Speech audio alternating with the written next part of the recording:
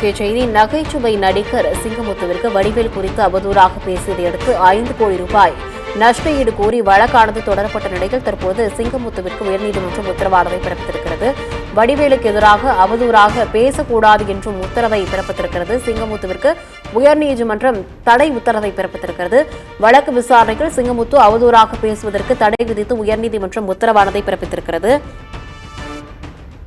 நகைச்சுவை நடிகர் சிங்கமுத்து வடிவேல் குறித்து அவதூறாக பேசியதை அடுத்து 5 கோடி ரூபாய் நஷ்ட ஈடு கோரி வழக்கு தொடரப்பட்டிருந்த நிலையில் தற்பொழுது வடிவேலுக்கு எதிராக அவதூறாக பேசக்கூடாது என்று சிங்கமுத்துவிற்கு உயர்நீதிமன்றம் தடை உத்தரவானதை பிறப்பித்திருக்கிறது. வழக்கு விசாரணையில் சிங்கமுத்து அவதூறாக பேசக்கூடாது எனும் உத்தரவானது பிறப்பிக்கப்பட்டு வழக்கு விசாரணையை டிசம்பர் 11ஆம் தேதிக்கு உயர்நீதிமன்றம் ஒத்திவைத்திருக்கிறது. நகைச்சுவை நடிகர் சிங்கமுத்து வடிவேலு குறித்து அவதூறாக பேசியதை அடுத்து 5 கோடி ரூபாய் நஷ்ட ஈடு கோரி வழக்கு தொடரப்பட்டிருந்த நிலையில் தற்பொழுது நடிகர் வடிவேலு குறித்து அவதூறாக பேசக்கூடாது என்று சிங்கமுத்துவிற்கு உயர்நீதிமன்றம் தடை உத்தரவை பிறப்பித்திருக்கிறது.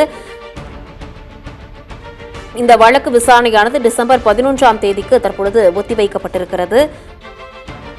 வழக்கு விசாரணையில் சிங்கமுத்து அவதூறாக பேசுவதற்கு தடை விதித்து உயர்நீதிமன்றம் உத்தரவானதை பிறப்பித்து இந்த வழக்கு விசாரணையை டிசம்பர் 11ஆம் தேதிக்கு ஒத்திவைத்து உத்தரவை பிறப்பித்திருக்கிறது.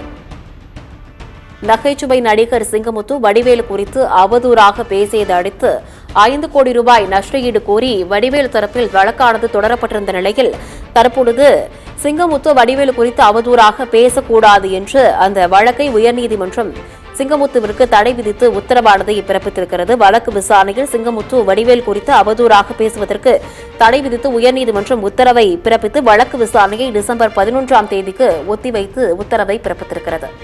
நடிகர் சிங்கமுத்து வடிவேலு குறித்து அவதூறான கருத்துக்களை தெரிவிக்கக்கூடாது என்றும் தடை உத்தரவை பிறப்பித்திருக்கிறது.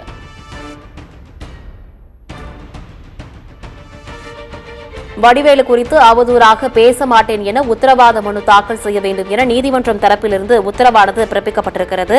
நடிகர் வடிவேலு குறித்து அவதூறாக பேசியதாக வடிவேல் தரப்பிலிருந்து வழக்கு தொடரப்பட்டிருந்த நிலையில் தற்பொழுது சிங்கமுத்துவிற்கு தடை உத்தரவானது பிறப்பிக்கப்பட்டிருக்கிறது. அண்மை செய்தியாக பார்த்தும் மேலும் விவரங்களை பின்னர் வரும் செய்தி தொகுப்பில் பார்க்கலாம்.